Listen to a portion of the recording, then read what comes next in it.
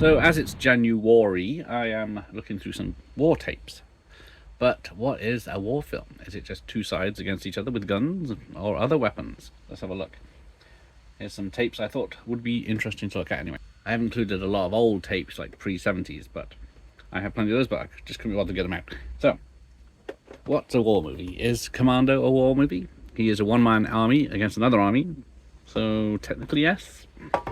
Then what about Aliens? Another one person, even though the group of Marines are pretty useless and taken out straight away, but there is a lot of fighting, even though the other side isn't humans. So possibly. Then we got Al Pacino's Revolution. Big box office bomb, but is it a war movie? Certainly looks like it. One would say it is. These other ones. So then we get to this Vietnam movie. He's just behind enemy lines, as it were. Based on true story, but it's just Gene Hackman traipsing through the jungle. Is it a war film? There is armies and shooting, so technically, lazy label. But then we get stuff like this: Lee Marvin and Mark Hamill in The Big Red One. This is a World War II movie.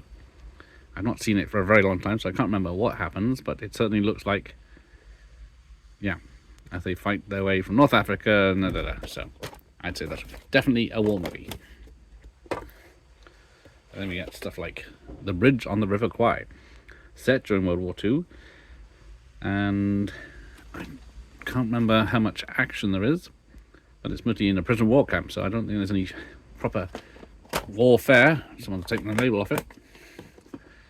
But what about this one, The Battle of the Bulge? And the answer's in the question with that one. Definitely a war movie based on what happened during the war. And stuff like Pearl Harbor. It's one attack during the war, but this one with planes. So I guess that counts. Zulus, thousands of them. So yes, Zulu, a really old battle.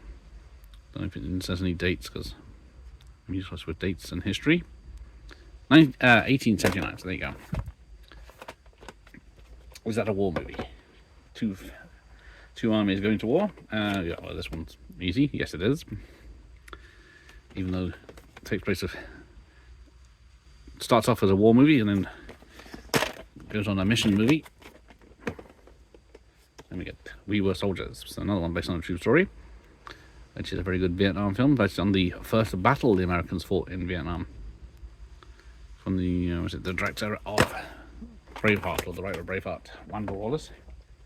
Now this one, The Wild Geese, all-star cast, although I don't know who Hardy Kruger is, but I'm sure I recognise him if I saw him. But yeah, this is based in South Africa, but they are mercenaries. Is that a war movie? Because they're technically just fighting the locals. This one I haven't seen, but it's the time when Colin Farrell was in everything, and I don't think Bruce Willis is in it that much, and I think it's more of a legal drama, but looks like there is some battle scenes in it. But would you say, those who have seen it, that it's a war movie? Then what about this? The Last of the Mohicans. Another one that takes place in them olden days. 1757, sorry. Directed by Michael Mann, and the natives versus the English and the Americans, and everyone having a fight. Must be a war movie, right? And what about this? Is it an anti-war movie? MASH, the original film, way back in 1969, before the TV series. What's this one? This is the Korean War, isn't it? But it came out at the time of the Vietnam War. So. And then we've got Good Morning Vietnam. Takes place during the Vietnam skirmish. But, yeah, you see a lot of soldiers, and there's a few scenes of fighting, but mostly it takes place in Vietnam rather than in the battlefields. And then we get The Deer Hunter. It's another one that's a Vietnam film, I believe, but not all of it takes place in Vietnam, and not all of it's about the war. 175 minutes. They're in it for the long haul on that one. Here we go. I'd say this one definitely is. A lot of these war films are Academy Award winners, as you may have noticed. But yeah, this is... Any dates on this one? Nope. But it's the Civil War. So there's an answer. And then we get Full Metal Jacket from Stanley Kubrick. So the first half is training, and then the second half is in battle. Must be a war film, right? You got Clint and Telly Savalas in a sort of heist film, but set during World War II. Would this come up in a list of war films? I probably think so. This one might be one of the ultimate war films, The Great Escape.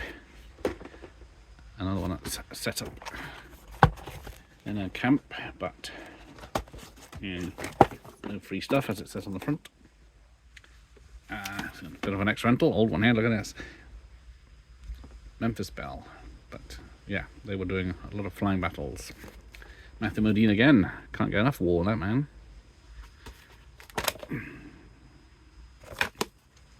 So definitely one. And then we get the U-571. Not based on a true story, but has an all-star cast and set during World War II. That must be a war film. And what about the Iraq War? So you've got Three Kings. It's another one that's a heist movie, but there is some action war-wise. Is it a war movie though? And stuff like Tom Barrett's Sniper, which has many sequels without him in it. Some he's in, some Billy Zane's in, some they're both in. But this one takes place in South America, but it is a military film. Would you say that was a war film? And same with this one, Heartbreak Ridge. Mostly about training in the army. With, what's it, the last half hour, 20 minutes is actually what happened in Grenada, which isn't much apparently. Is it a war film though? Don't know about that one, but obviously this one is The Dirty Dozen. The original Suicide Squad. But men on a mission during the World War II. It's got to be. What about this one? It's technically there is an enemy and they are fighting them just in fighter jets. Is it a war film though? It's a bugger open. Right, I'm getting last few now. Navy SEALs. So yeah, showing how the Navy SEALs don't work. But it's a non-stop action thriller that takes place on enemy grounds with American forces fighting their way out.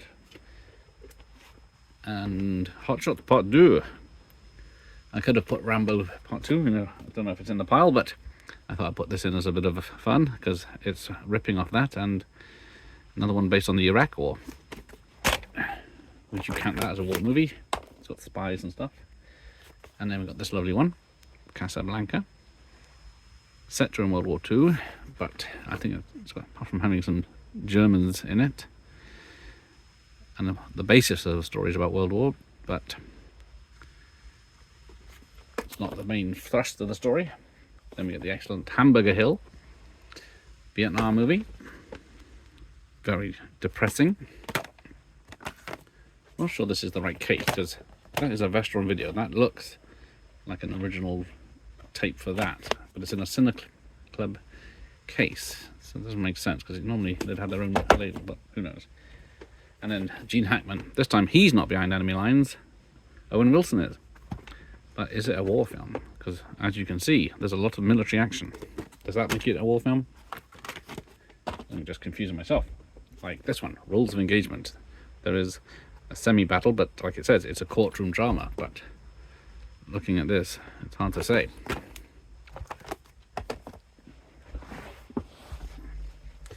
Then we have Southern Comfort, which is, yeah, a training exercise gone wrong in the bayou, where Cajuns come out a la Deliverance. But technically, they're army versus people, so is that a war film?